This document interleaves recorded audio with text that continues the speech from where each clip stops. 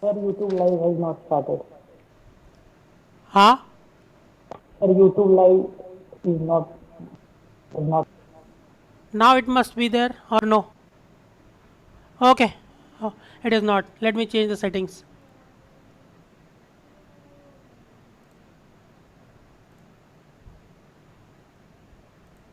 Thank you. Thank you very much.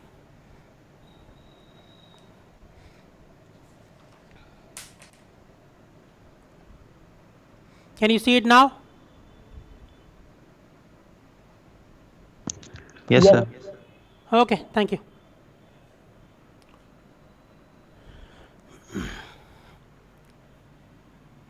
So the last thing that we covered in the last class was N0 P0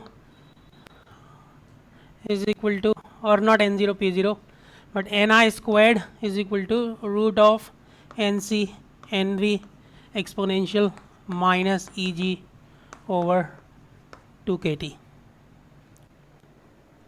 Okay. Now let us do an example based on this. Uh,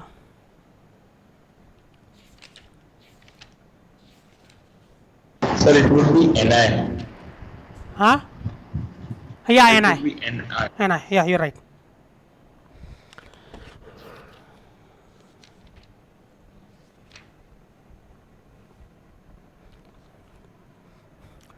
So for example, let us do an example.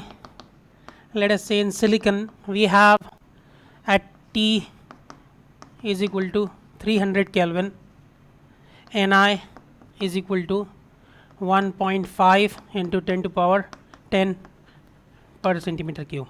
Now please find out Ni at T is equal to 400 Kelvin. Okay, please do this.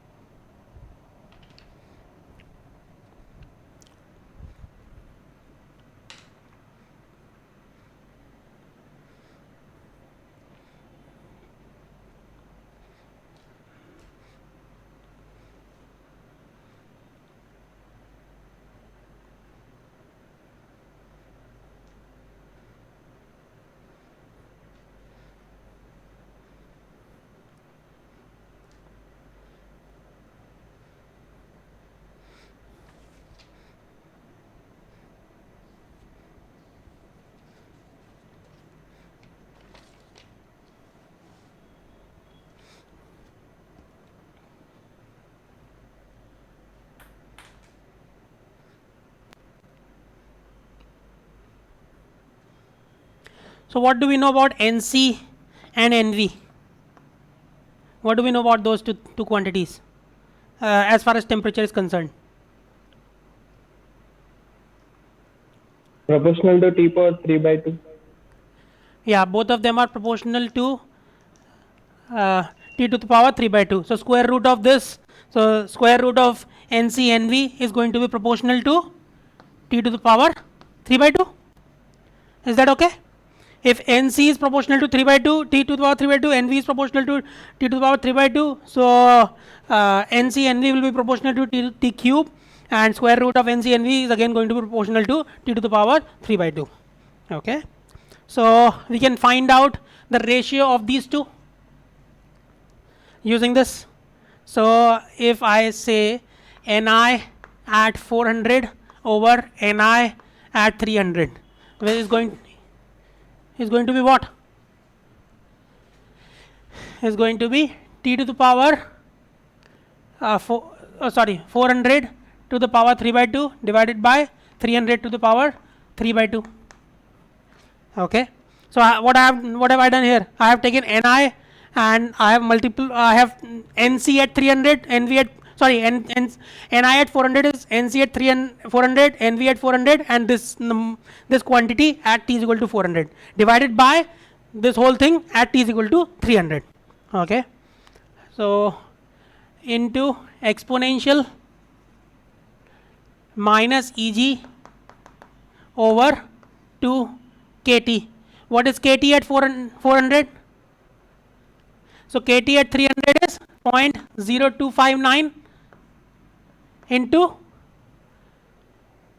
if I want to find this quantity at 400, you will just multiply by 400 and divide it by 300. Okay, minus, not minus, divided by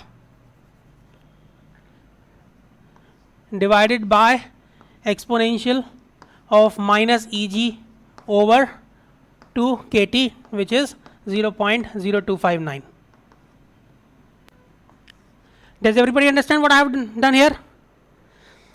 I have written this equation 2 times, one for t is equal to 400, one for t is equal to 300, and then divided those two equations. Okay, the left hand side is this and the right hand side is going to be this. Okay, to find out, I already know KT, the value. You could do it by putting the value of K and T separately, that is also all right, but so I don't remember the value of K.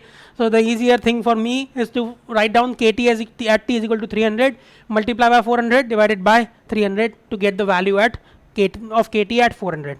Okay, and KT of 300 I already know, it is 0.0259 volts, not volts, electron volts. So again, whenever we are writing this ratio, so we all exponential, anything has to be a ratioless quantity, means unit, not ratioless, unitless quantity.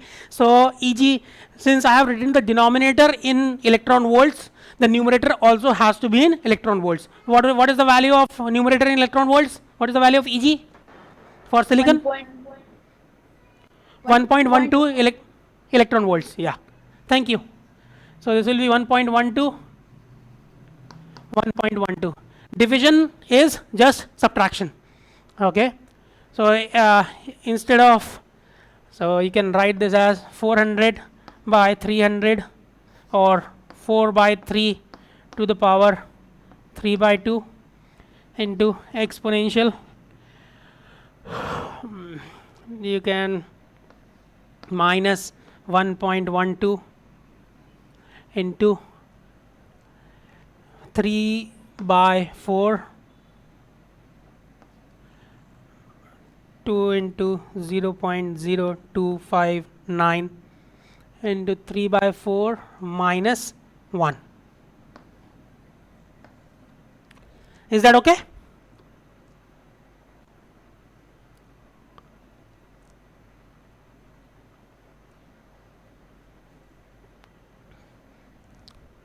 Is that all right?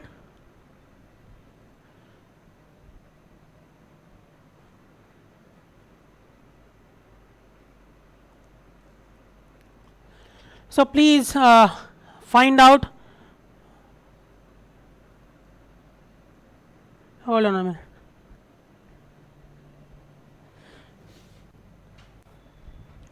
So what will be the value? Can you do the calculation? If anybody has a calculator. 5.40. 5.40. No sir, not total value. The total value? Oh, the exponent. Okay. Multiplied by 4 by 3 into to the power 1.5. What is that?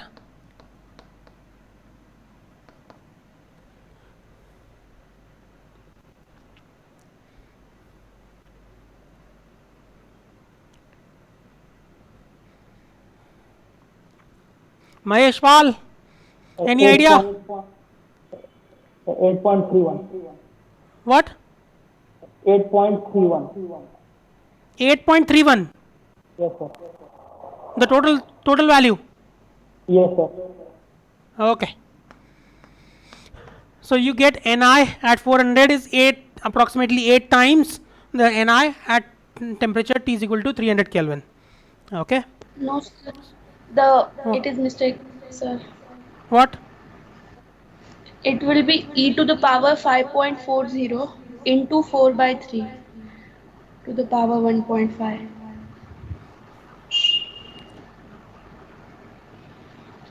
Okay. As you say. So what is that?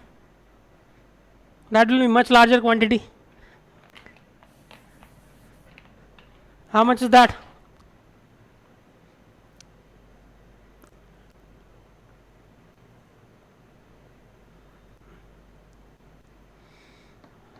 5 ठीक है. Okay, what is that going to be? करो भाई जल्दी से. 339.6. 339.6. Yes, sir.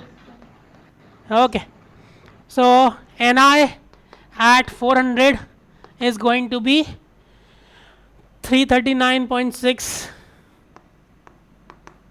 into 1.5 into 10 to power 10 per centimeter cube. Okay, so approximately 350 times your carrier density, intrinsic carrier density at T is equal to 300 Kelvin. So at just by raising 100 degree temperature, you are seeing such a high increase of your electron and hole concentration in an intrinsic semiconductor.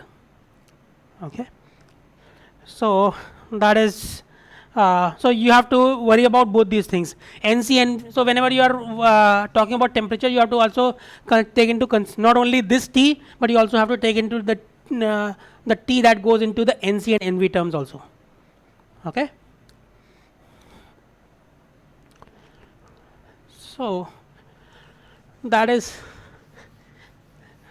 Let us once more do the calculation for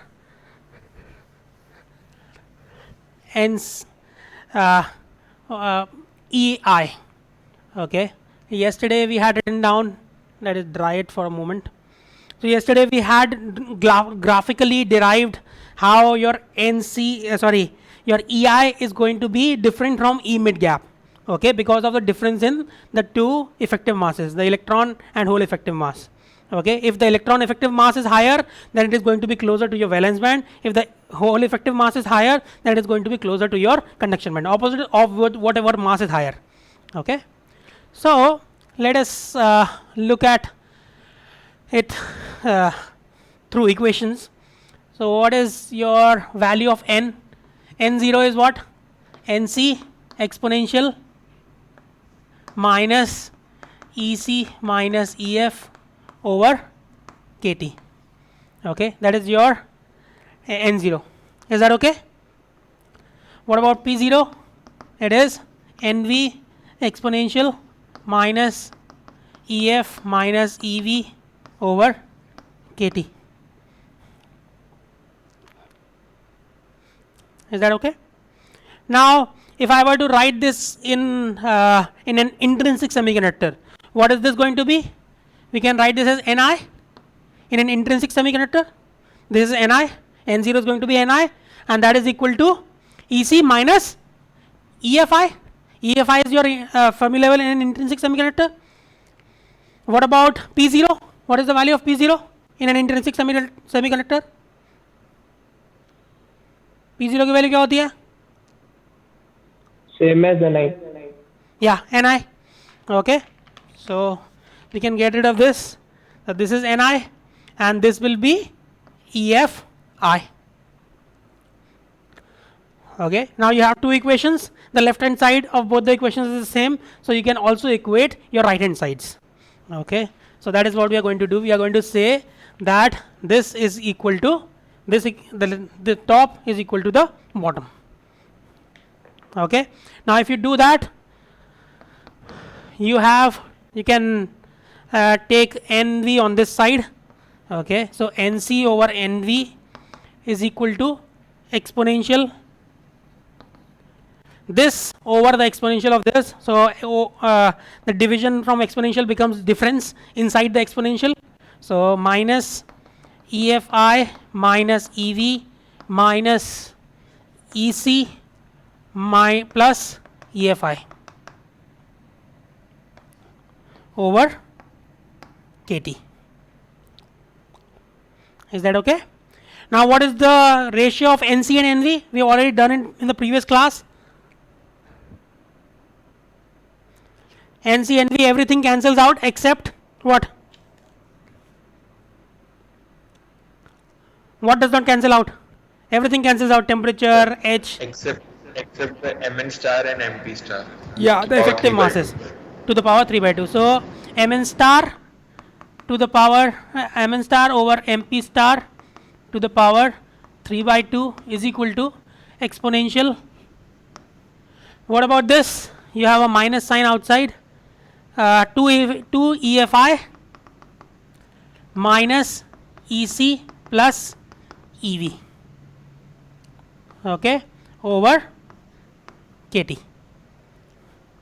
Is that okay? Now we can take log on both sides. We can take natural log on both sides.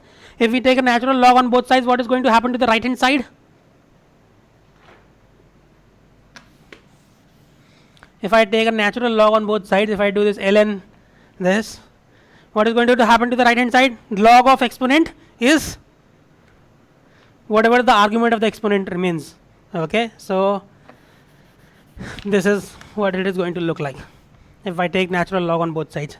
So I'll do one more thing. I'll remove this minus from this side and I'll put the minus sign here.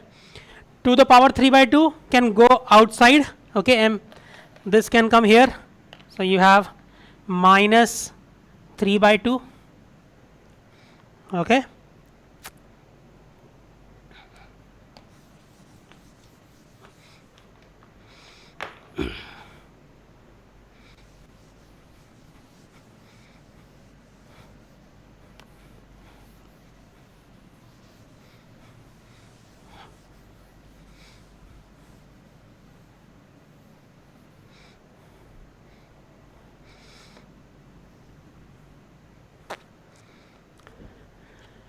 So finally we have 2 EFI. So EFI, this implies that EFI is equal to EC plus EV over 2. Okay. Yeah. Minus what? 3 by 4 KT ln Mn star over MP star.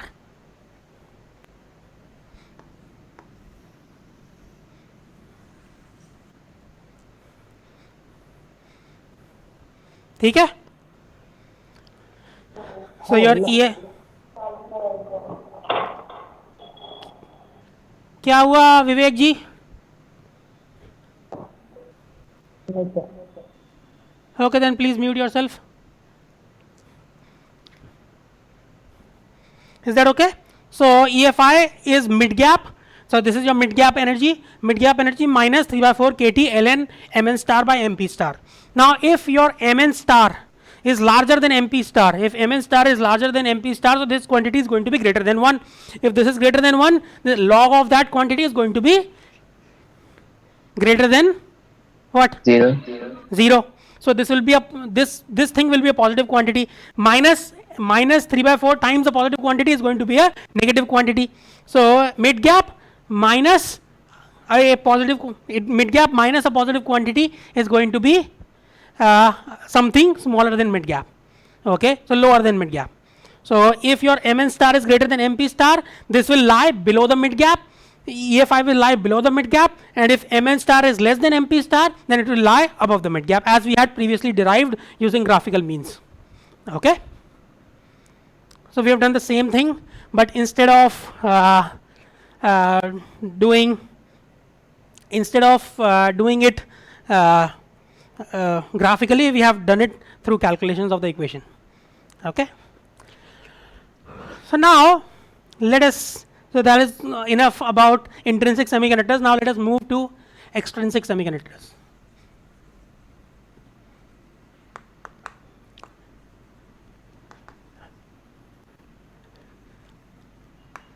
So in my first class, I had told you when we were talking about speciality of semiconductors, I had told you that not only can we control the conductivity of semiconductors, we can also control the type of conductivity.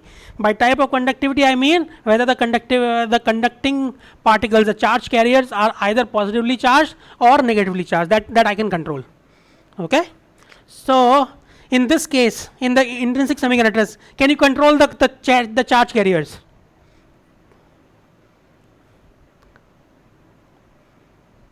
Means the kind of charge that you have. Can you do that? No, sir, we can't. We can't. Okay. means we will always have both positive and negative charge carriers. So we can't control the kind of carriers that we have. Can you control the conductivity? The value of conductivity in an intrinsic semiconductor?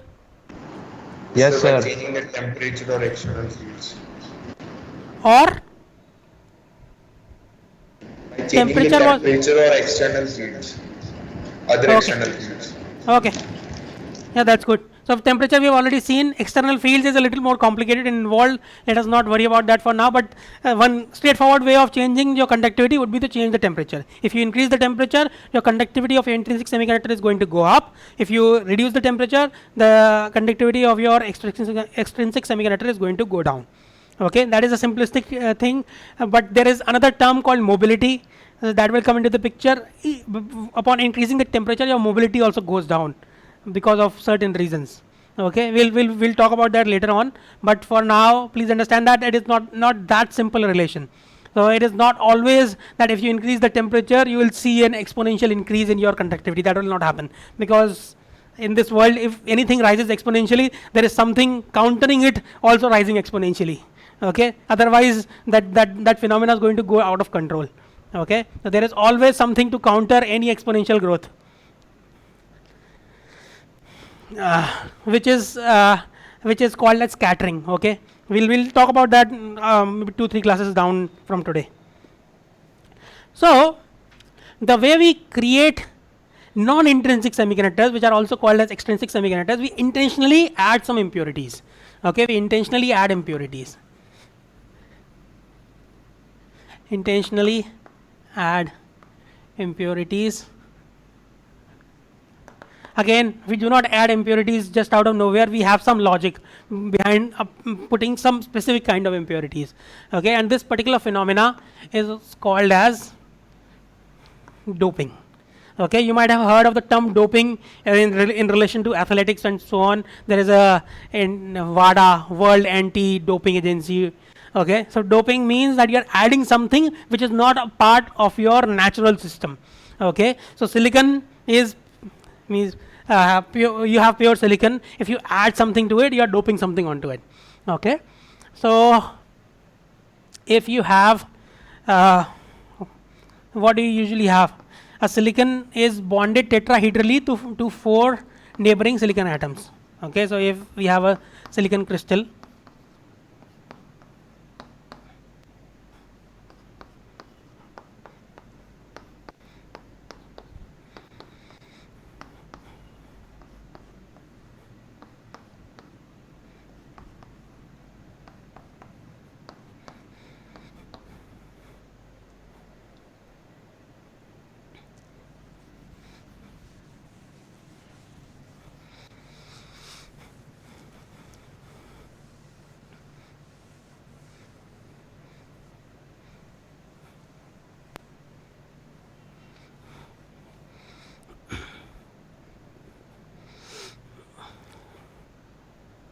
now I do some doping. What do I dope it with?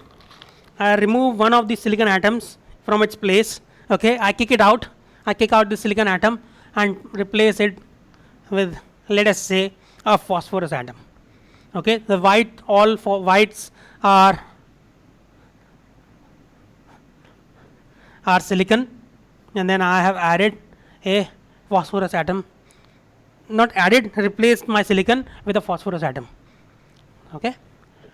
Now, what does phosphorus have? Phosphorus has how many valence electrons? 5. 5 valence electrons. Okay. So, but it has only 4 neighbors present over here. Okay. So it can only make a bond with 4 neighboring atoms. So we have an extra electron, which is not really extra. Boron has a sufficient number of protons in its nucleus to take care of that extra atom. Okay, that is not a problem. Not the problem or the solution, whatever you want to call it. So it has that extra electron. It has that extra electron. That is not the problem. It can handle that. But what is the good thing that we have here is that that extra electron is not as strongly bonded to other to because of these bonds. Okay, you have, so this the electron that is present over here in this atom is not only bonded to this particular atom, but it is also bonded to this, and through that bond the bond is very, very strong. Okay, but that extra electron that you have present over here, that extra electron is not bonded to your any other atom. Okay, so it is the only thing that is holding it is the nuclear forces that this particular atom is exerting onto that. Okay, so thinking about it logically, you can easily deduce that this electron is going to have a weaker connection to our atom or our crystal as compared to all the other remaining 4 electrons. Okay, so this electron can, if you supply sufficient amount of energy, okay, we'll talk about what that sufficient amount of energy is. If we supply sufficient amount of energy, this electron is going to lose itself from this atom and it will become free. Okay, and if this atom loses an electron, what is going to happen? If this atom loses an electron, what is going to happen to this particular atom? Positive charge. This will become positively charged. Now, please understand that again, charge neutrality will never be broken. Okay, we'll always be consistent with charge neutrality of our whole system. So in this whole system, what do you have? Like in case of an intrinsic semiconductor, you had a negative charge and a positive charge. Positive charge was a hole and the negative charge was the free electron. Again, here we have a negatively charged free electron and a positively charged phosphorus ion. But what is the difference compared to the intrinsic semiconductor? Can anybody tell me? We still have created a positive and a negative charge. What is the difference?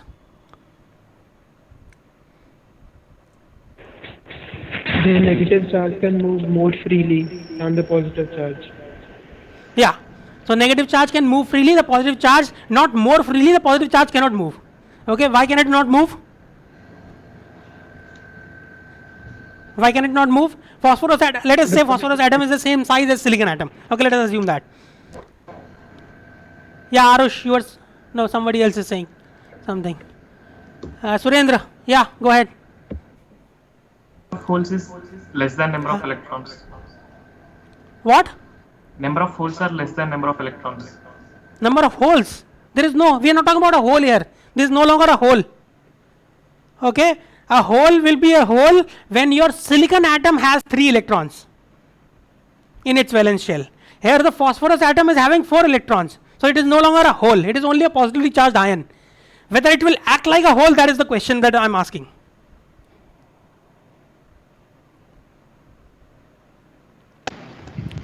Sir, in intrinsic semiconductors, the electron was made free when a bond was broken.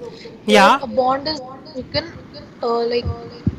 phosphorus can only make 4 bonds, so we have an extra electron. Like the electron did not get free because of breaking the bond. Yeah, but it broke itself from this phosphorus atom. Okay, so this is positively charged. That is not the problem. Now the point is, okay, why does this positive charge not move?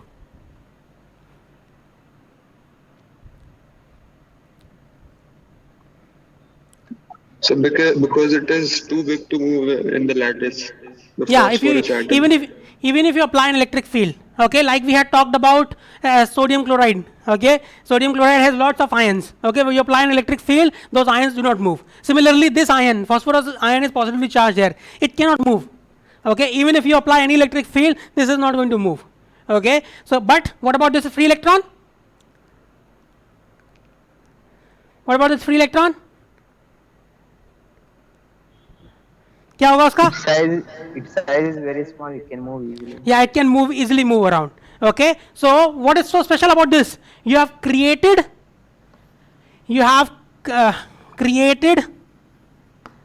again, created is in quotes, understand it, created a free electron without an associated hole. Okay, so you have created a free electron without an associated hole, so that means that you have created a material which has more number of electrons as compared to holes.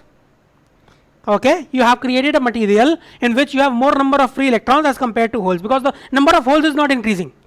Okay, the number of holes stays the same. If you keep on adding these more and more phosphorus atoms, you are going to see more and more electrons, free electrons, but you will not see a corresponding increase in the number of holes. Okay. So now let us look at this particular phenomena in terms of energy band diagram. Okay. So this is your conduction band, this is your valence band. Now you have so this particular atom.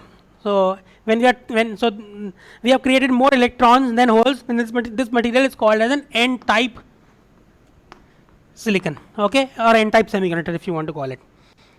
Okay, so you have created an N-type semiconductor. Why do we call it as an N-type semiconductor? Because it has more negatively charged particles which are carrying your electric current as compared to positively charged particles. Okay, so these are also called as charge carriers. Okay, your electrons and holes are also called as charge carriers. N is an N-type charge, electron is a negatively charged charge carrier, so N-type charge carrier, and hole is a positively charged particle, so it is called as a P-type charge carrier. Okay, so now let us also try to draw our, this is also called as a donor. Okay, why is it called as a donor? Phosphorus atom has 5 electrons, it is also called as a donor. Okay, elements from group 5 which can act as dopants in silicon to create N-type semiconductors are also called as donors. Can anybody tell me why we would call it as a donor?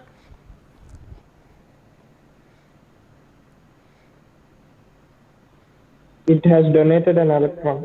Yeah, it has donated an electron to the lattice. That's why we call it as a donor. So this level, energy level, is also called as ED. Okay, where D stands for the donor. Okay, this is the donor energy level.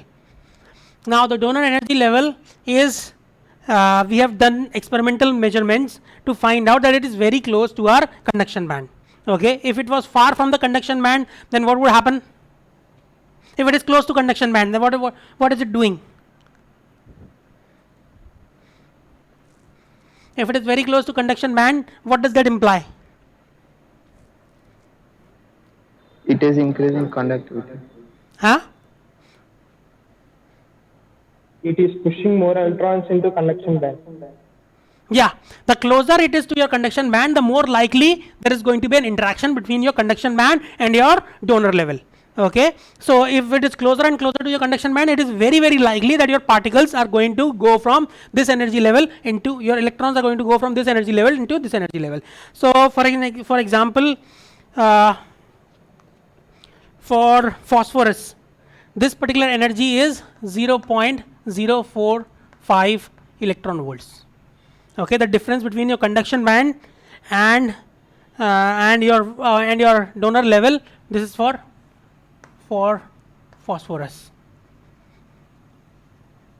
in silicon.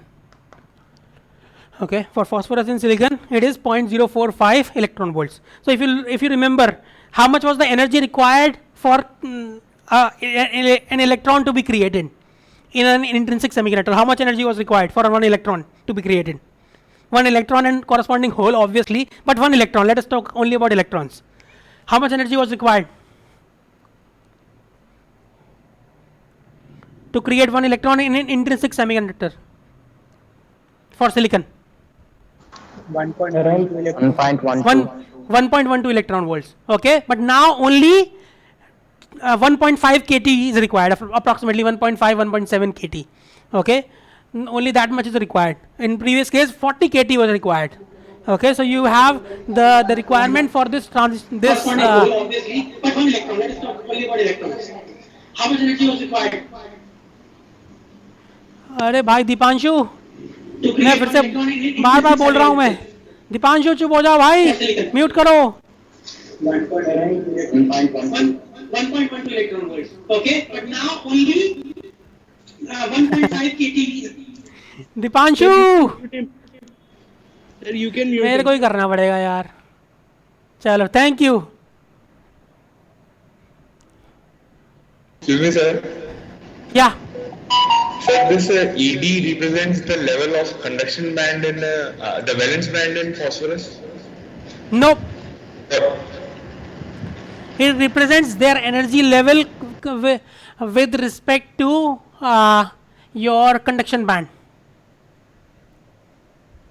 in silicon. Okay, phosphorus atoms are, so this we are talking about is something called as non-degenerate semiconductors. Okay, what are non-degenerate semiconductors? In which your dopants do not interact with each other.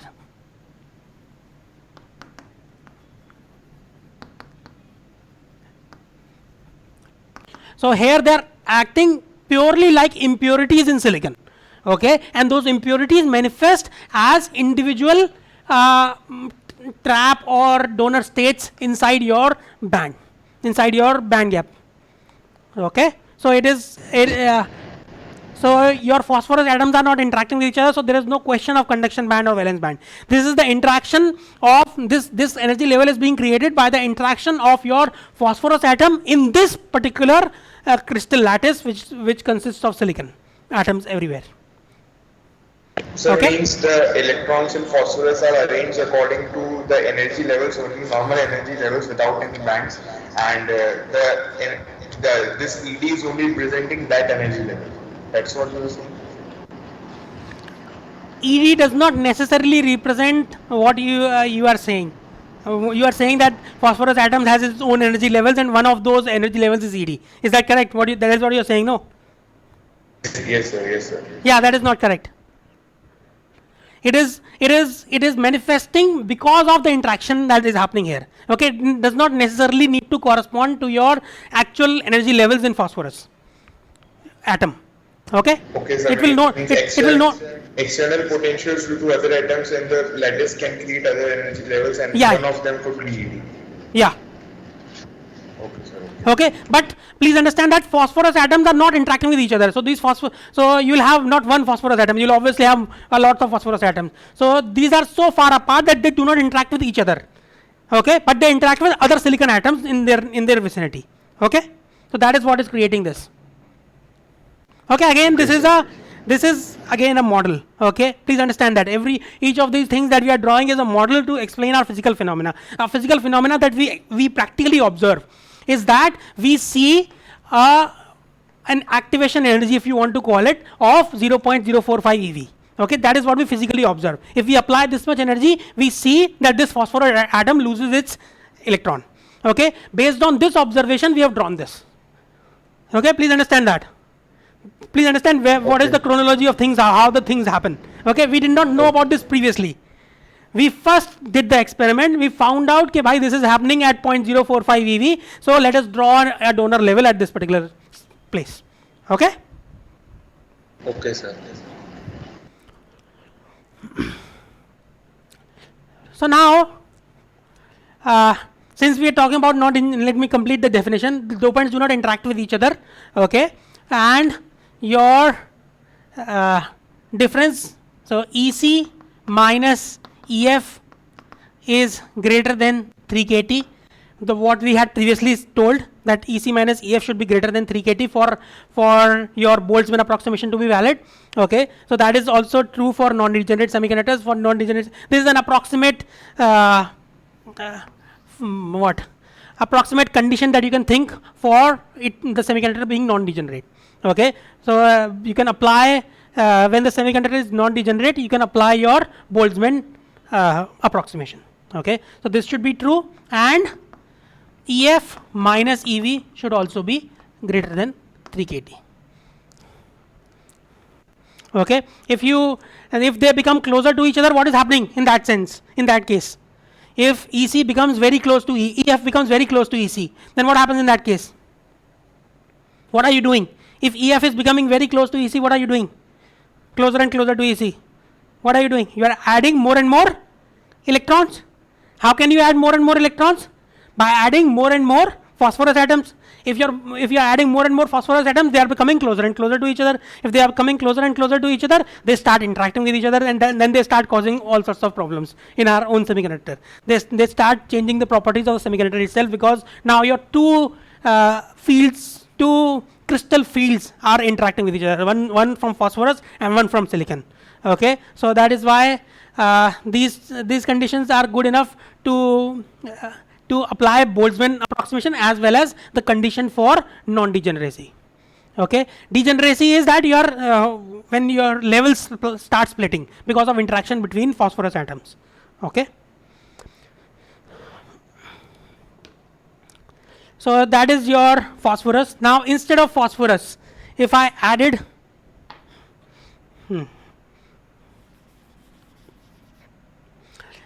if I replace my phosphorus atom with, not phosphorus atom, let us go back to silicon. Okay, we have gone back to silicon, and I have replaced this silicon by a boron atom, which is yellow in color.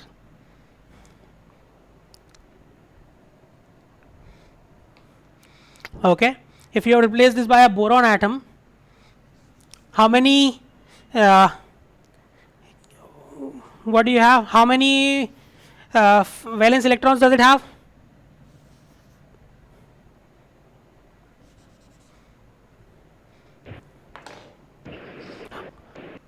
Go ahead.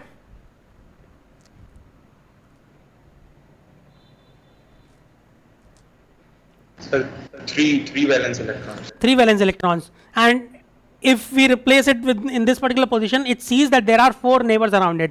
Okay, so when everything is having 4 bonds, it also tries to form a bond. Okay, how can it form a bond with its neighboring atom? It has to get an electron from somewhere. So it tries to, for a very small amount of energy is good enough for an electron to be transferred from one of these neighboring atoms into your boron. Okay, if somehow one of these electrons gets transferred into your boron atom, what happens? It leaves behind a positive charge. Okay, now this boron atom is negatively charged, so it is a boron ion now, negatively charged boron ion, and you have a positively charged silicon atom. Now this positively charged silicon atom, what does it act like? A hole. Okay, like in an intrinsic semiconductor, your electrons could move around, and so if an electron moved from here to here, it broke this bond. This bond is formed.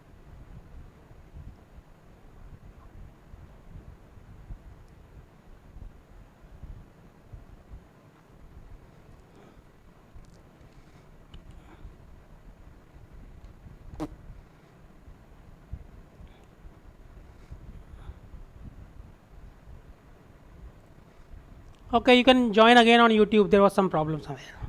Every day there is something or other. In any case, so now you have created a hole without an associated free electron. Okay, so this is a p-type. Sir, your video is not visible on Teams. Okay.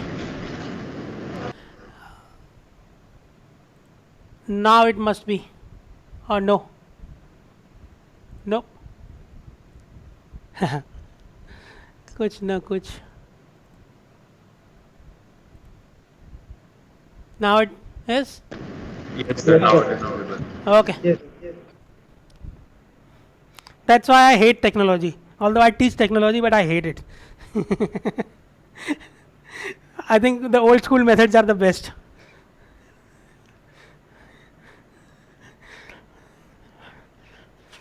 Anyway, so we have what? Yeah, we have created a hole without an associated free electron. So it's where now you have positively charged carriers as your main carriers. So those are also called as, so you have 2 terms which are majority carriers and minority carriers. Okay, what are majority carriers in a p-type semiconductor? Holes are your majority carrier in p-type semiconductor, and electrons are your minority carriers in your p-type semiconductors. What about n-type semiconductors? Electrons are your majority carriers and holes are your minority carriers. Okay.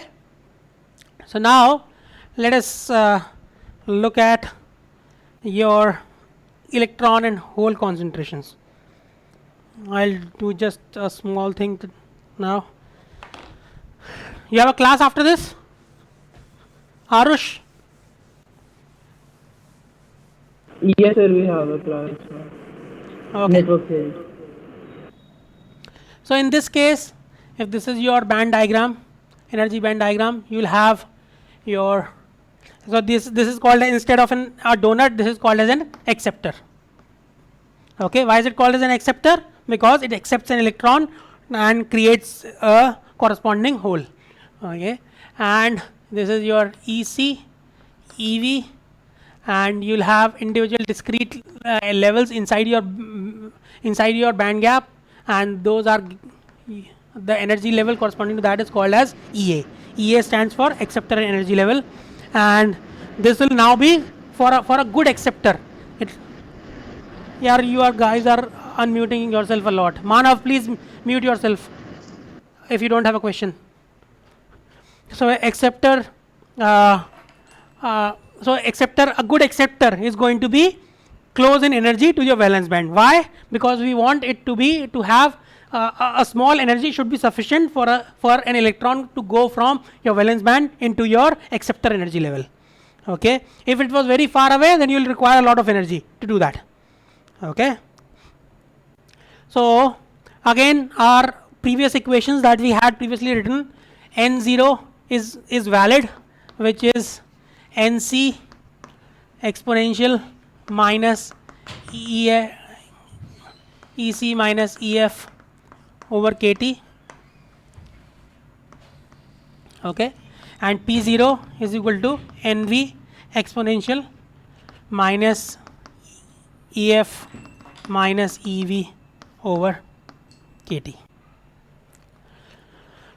Okay, so this is your value of N0 and P0. Please understand that N0 and P0 are not in intrinsic semiconductor.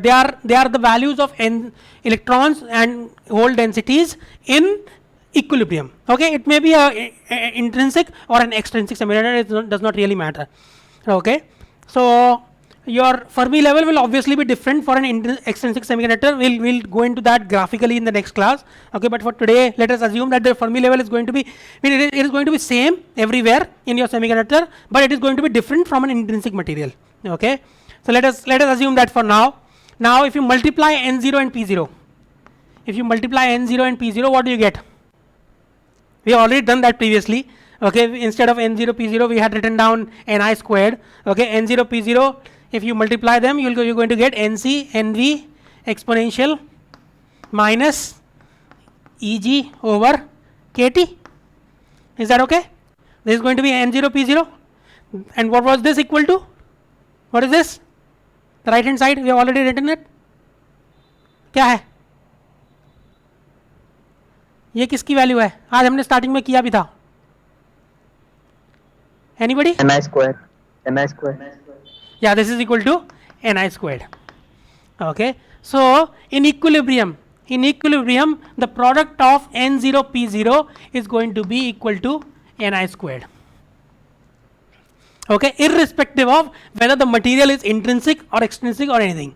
Okay, in a semiconductor, intrinsic or extrinsic, in thermal equilibrium, when you are not applying any external fields or magnetic fields or whatever, then the product of total electron density and total hole density is going to be the constant, and that will be equal to Ni squared.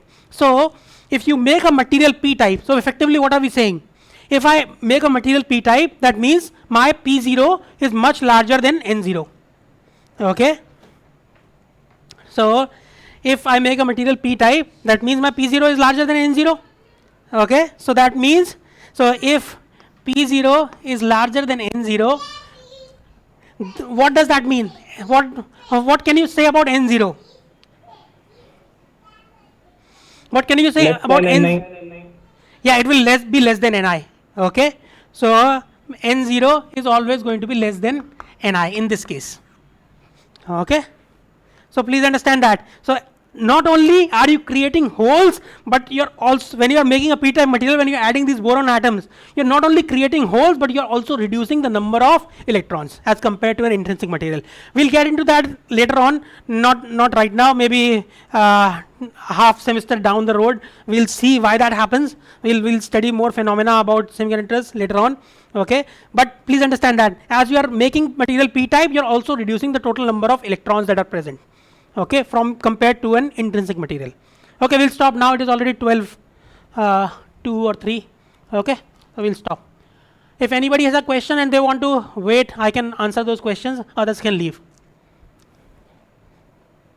Your tutorial 2 is due today, if you don't remember. Okay, and the assignment on Moodle is due this Sunday midnight.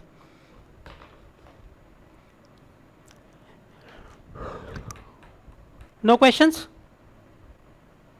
Sir? Yeah. Sir, I was a little confused about the question in the assignment. Yeah, go ahead.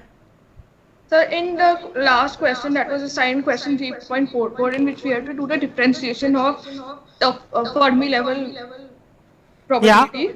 Yeah. Sir, how do we do that in Octave? I'm a bit confused about that.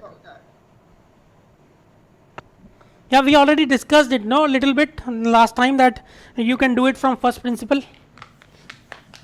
So But although right. that question does not involve doing that. Okay, that question involves you doing the actual analytical calculation and then plotting that. So do we have to calculate the formula, the difference Yeah, after differentiating? that question involves doing that, but I think I think it will be better if you do both. Okay, you do the differentiation using the formula, then plot it, and then you do the start from the original formula before doing the differentiation, and do the differentiation numerically and compare these two results. Okay, how do they compare? Okay, that will be a very good exercise. You understand? Yes, sir. Yes, sir. Thank you. Okay. Thank you, sir. Okay. Anybody else? Sir, Yeah. one thing is that video quality on MS Teams becomes very bad sometimes. Means it Yeah, I is- know that. I know that. That is why I am using YouTube. So that's why I am saying if you are not going to ask a question, it is better to stay on YouTube for as long as possible. Okay, if you have a question, come up, just move on to Teams and ask me a question. Okay, otherwise stay on YouTube. Okay, sir. Thank you. Okay.